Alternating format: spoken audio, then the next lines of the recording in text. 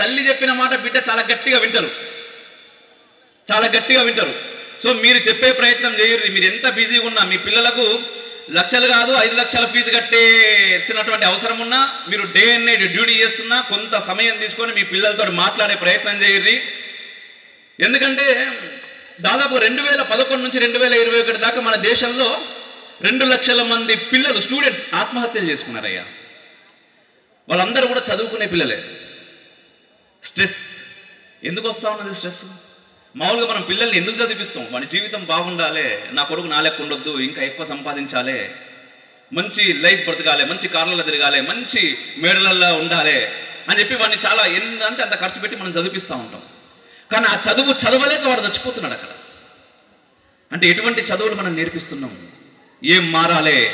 మన విద్యా వ్యవస్థ మారాలి. మనం చదువుకున్నప్పుడు కానీ, మనకంటే ముందు కానీ, అంతకుముందు జనరేషన్స్ కానీ ఎన్ని ఆత్మహత్యలు ఉన్నాయా? లేవు. అక్కడి నుంచి ఎక్కడికి వస్తున్నాం మనం? ఎందుకు ఇంత కాంపిటీషన్? వాడిని చంపేంత కాంపిటీషన్ ఏంది? వాని లోపల ఏం మిస్ అవుతున్నది?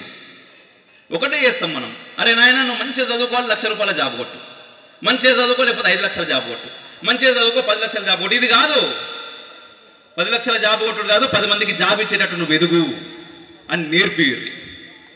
ఆ ధర్మం మనం మిస్ చేస్తా ఉన్నాం. మన పిల్లలకి చెప్పుడు, పిల్లలకి చెప్పే ప్రయత్నం చేయదు.